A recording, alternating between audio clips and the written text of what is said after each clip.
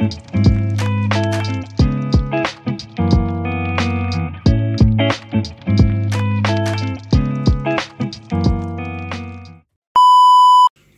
up mga momshies? Good morning and welcome to our channel, The Gracies. My name is Mama Rafi and today is Thursday here in Lebanon. Papasok na si Nora. Ready na siya for school. Maaga ko nagising ngayon dahil nakalimutan ni Papa bumili ng bun, bread roll para kay Nora. So, I had to make her crepe. Paborito naman niya to. Actually, kahapon, ito na yung baon niya. And nag-request din naman siya, Mama, can I have the crepe again? So, I had to wake up 5 o'clock in the morning just to make her her request. Sorry, antok pa ako. So, ngayon, papakita ko sa inyo kung ano na itsura ng garahe namin. Kasi, umorder na ulit si Firas ng isa pang truck ng woods. Which is yun nga, hindi pa namin na ipapasok sa loob yung mga old, yung nauna namin in-order. Kasi wala pang time, katatapos lang na election.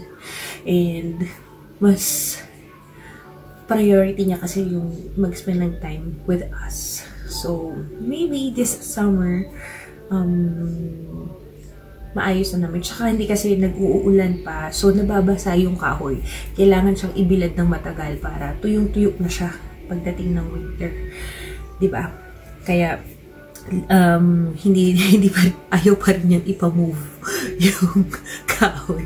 Tsaka anyhow, andyan naman yung mga pinsan niya para tulungan siya if in case na mag-ano na siya, gustuhin niya nang ipasok sa loob.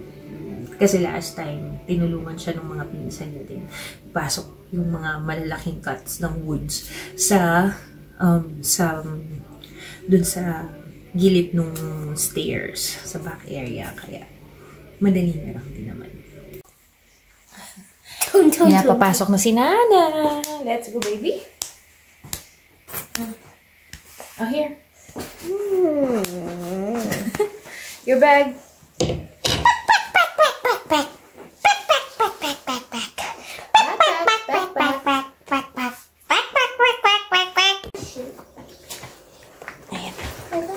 Halika na, anak. Huwag mo nang galawin yung bike mo. Halika na. Halika na. Dadating na yung bus mo. Tapos tatakbo ka. Pag dumating.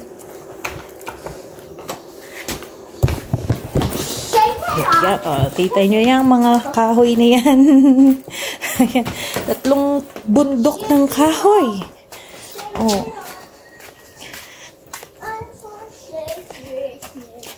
Tapos ito, itong mga malalaki na to, hahatiin pa ni Firas yan. Ay, kawawa yung mga sasakyan ngayon, oh.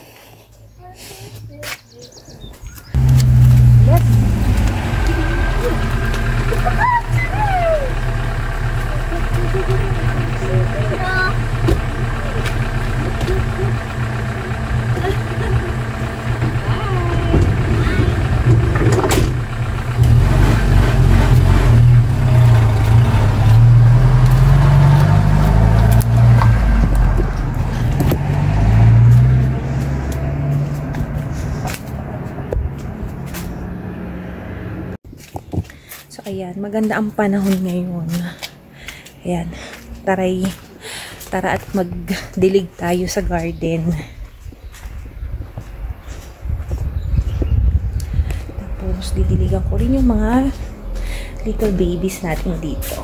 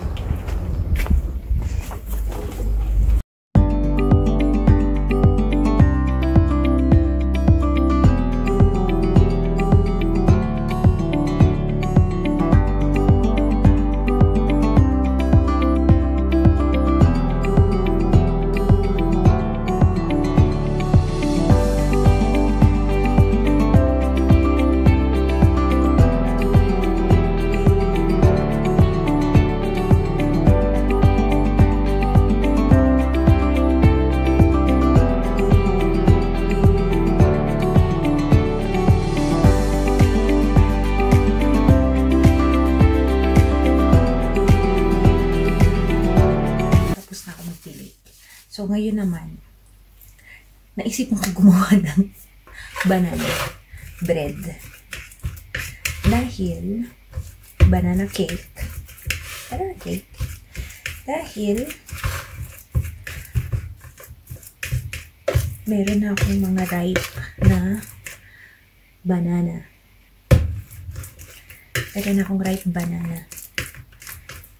So, at hanggat may kuryente, pwede ko siyang gamitin. Subukan kong gamitin tong oven, tong electric oven. Para hindi sayang sa gas. Diba?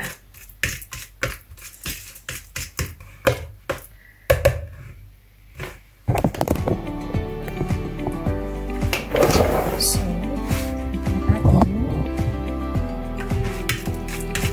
banana. It's about, kasi small piece of banana lang siya, like this much. So, naglagay ako ng around 5. And, mash lang natin siya. I'm gonna put, let's say, 2 cups of flour.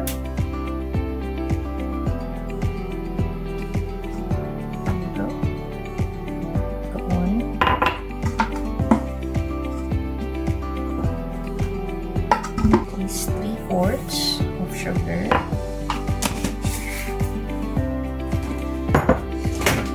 And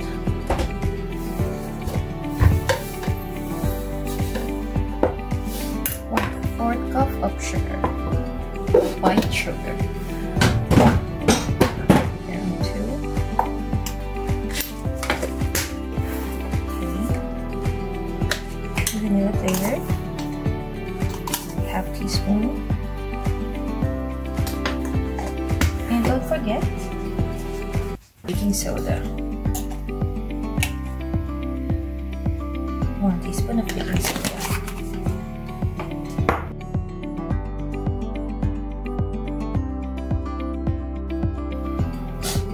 Yan.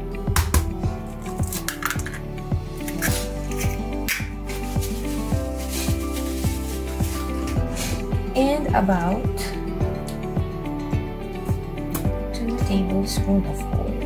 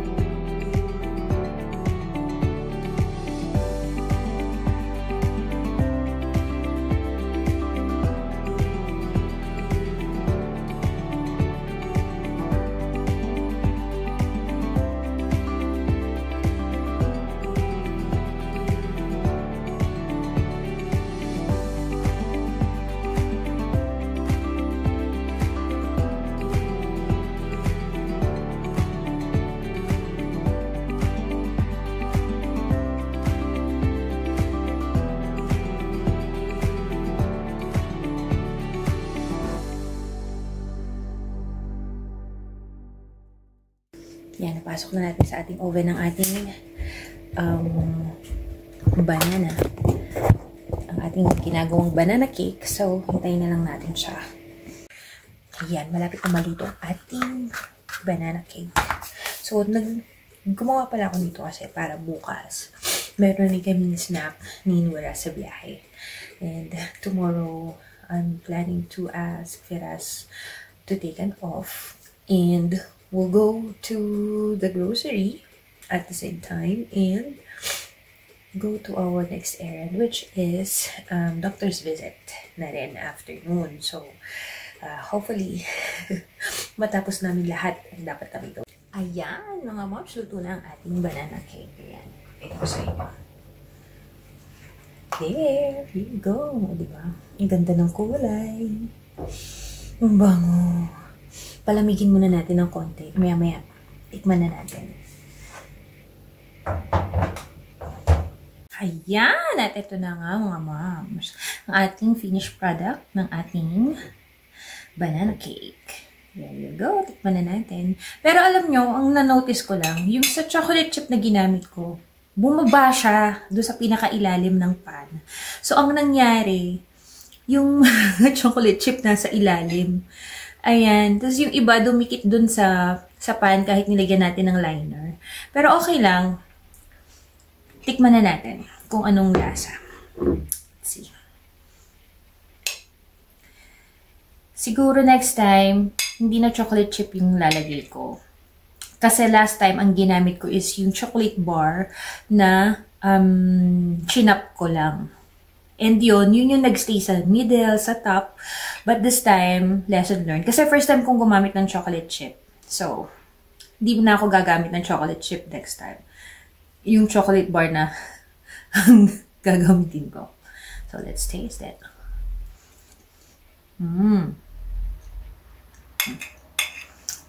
Nice. Dahil 5 pieces na banana yung ginamit natin, lasang-lasa yung saging.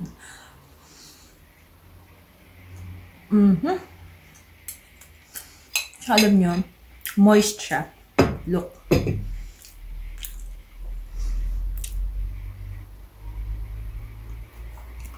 Kung gaano siya ka-moist, diba? Lambot. Lambot. Sarap. Now, happy na naman si Nura niyan mamaya. Happy na naman siya. May cake na naman siya. Sarap mo. May kape. Kasi si Nura, mahilig siya sa cakes. Lalo na yung may chocolate. Kahit na, kasi alam niyo kung bakit crave niya ang chocolate.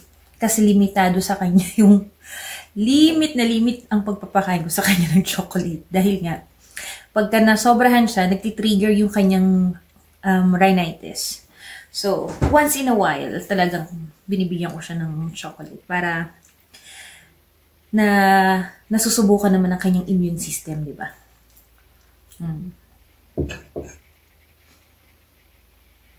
Mana kasi sa akin si Nura, yung kanyang allergic rhinitis sa akin lang yun. Papa rin naman niya may rhinitis. Pero hindi sa pagkain. Nagtitrigger yung rhinitis ni Firas sa pollen. Saka sa damo. Pag siya nadikitan ng damo, nangangati na yung balat niya. Tapos maya-maya, maghahatching na maghahatching. Pareho kami. Sa pollen, ayan. Sa damo, yan, sa damo din. Ganyan din ako sa damo. Kaya nung nagtatabas ako ng damo sa garden, naka-gloves talaga ako, balot na balot ako. Hindi pwedeng walang gloves. Kasi yung gloves na yon may goma. So, hindi pumapasok siya talaga. Hindi siya pumapasok yung mga fiber niya, hindi pumapasok sa loob. Kaya, pareho kami. Ayan. So, thank you so much for watching. Give me a like on this video and subscribe to our channel. And click the bell button so you will receive a notification for our newly updated video. Thank you so much, guys, for watching. God bless you all. Bye.